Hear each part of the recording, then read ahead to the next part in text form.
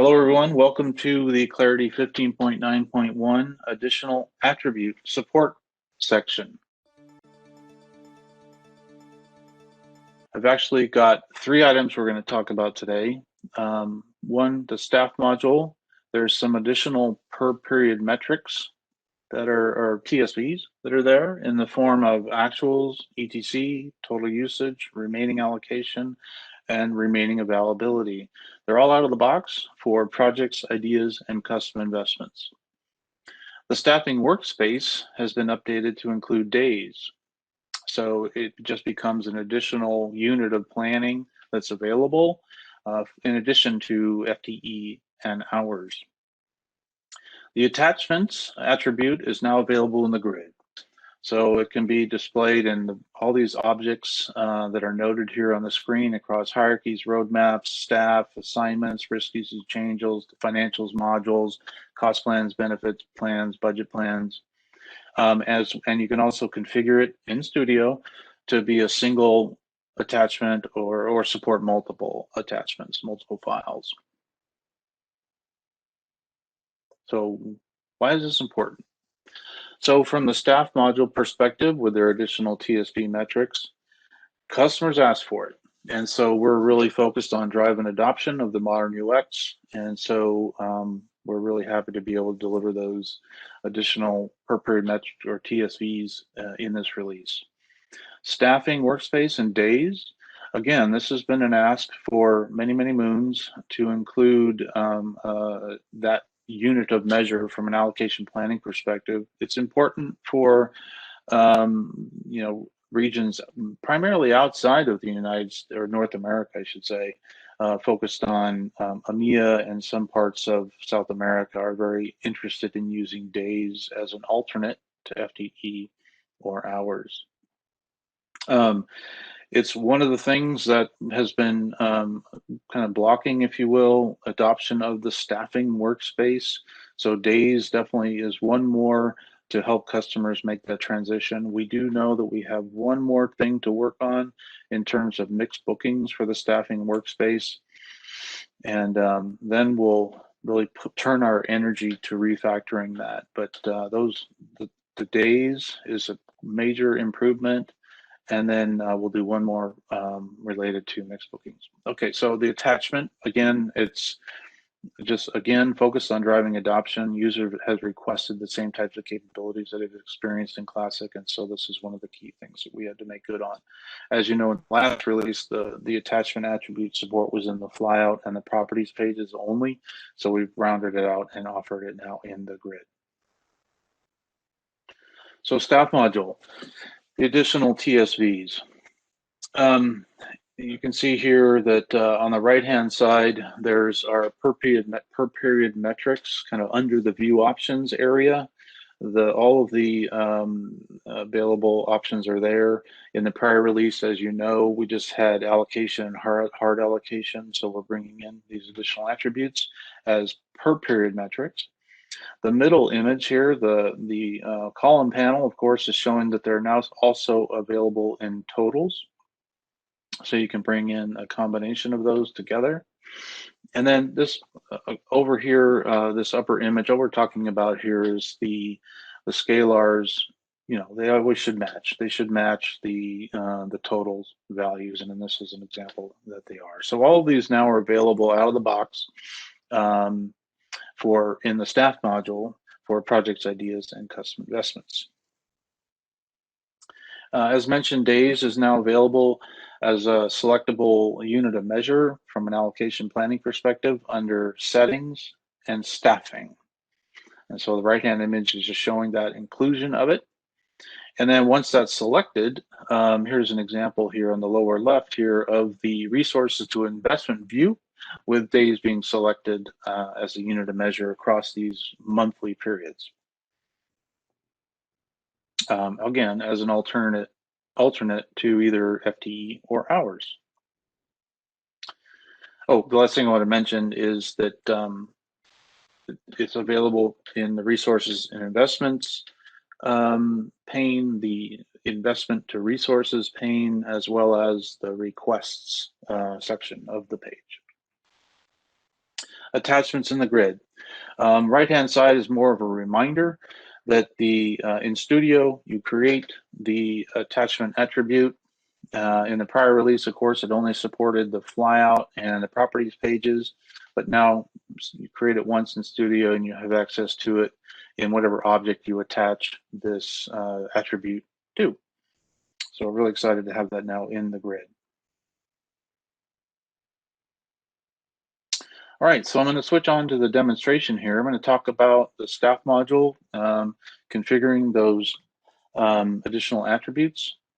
We'll go over to staffing workspace and look at days as a unit of measure.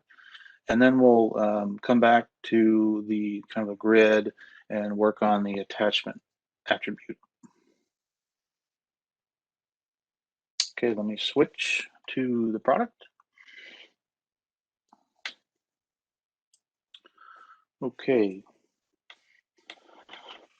All right, so as I mentioned, these attributes are now available out of the box for the staff module across projects, ideas, and custom investment types. So we're going to dive into the projects. We'll go into AARD payment module, and we'll select our staff module. And I'm looking at the allocation planning view, meaning that I just kind of want to focus on the allocation side of the house here. So I'm only going to be looking at, hard soft allocations and then remaining and allocation and remaining availability. So I picked those as per period metrics. As you can see here in the grid, I've got my totals section, and I have my per period metrics that are going across the grid here. The column panel again is also showing, right, I can add or remove those totals. I'll bring those back in. So we see that obviously we want to look at things in context. Here's my remaining allocation across for this particular resource. In other words, its architectural team has been allocated to this project. And I can see their total as well as their per period metrics quite nicely. The other view I have here is our total usage planning. I'm going to discard those changes and just go right to total usage. Now I'm looking at it from a different perspective, right? I'm bringing up the per period metrics, and I'm just looking at actuals, ETC, and total usage. I wanted to kind of break them up instead of blending all of that information into one view. Of course, you can do that, but I thought I'd make it simplified. And again, I've got my totals panel, or sorry, the column panel here allows me to bring in those totals to look at all this information across the grid. So really excited to have this information here on the screen. It's been asked for quite a while. All right, let's move over to staffing, and I'll just quickly touch on the addition of days. As you can see here, I've got hours as a unit of measure. I'm on the resource investment view. I'm going to go into settings, staffing, and you can see days is now an available option. And again, this is a primary unit of measure for customers in EMEA and some parts of Latin America. It's just the way they do things versus using FTE or hours. So I'm in resource to investment. I can see here the number of days per month, in this case, that Adriana is allocated to this particular investment. I'm going to switch gears to the investment to resources and open up the online shopping area, and I can see the future here in February, March, April, the number of days that the team and or individual and or role are required for these for this particular investment. You can also see down here in the request section, I'll just open up AM marketing, the role. These are the total number of days that are required for this role to be allocated to these various investments. So again, it's just another perspective for different users around the globe, again, to reduce some of the friction of adopting the modern UX, and in particular staffing. Okay, let's switch gears and go to the attachments area. I'm going to come back to our famous project list.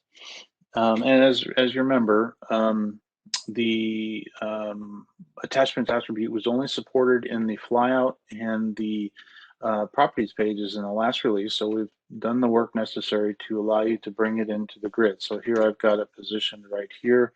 I'll just go into the column panel and just do a keyword search here on attachments. There's two attachment attributes that are noted here. One of them is secured. I'll come back to that in 1 second. But over in the attachments grid or cell, I've got two documents there. I can either double click to bring up the dialog box or just click the edit button to bring it up. You'll see there's two files already attached. There's a third that's a third spot, at least a third spot that's available, implying that this is a, supports multi-attachments. I'll go ahead and delete those guys. And it just brings me back to the native state, select the file. I can just go into here and grab attachment 1, and you can do them one at a time. That's the same behavior as classic. Nothing changed there.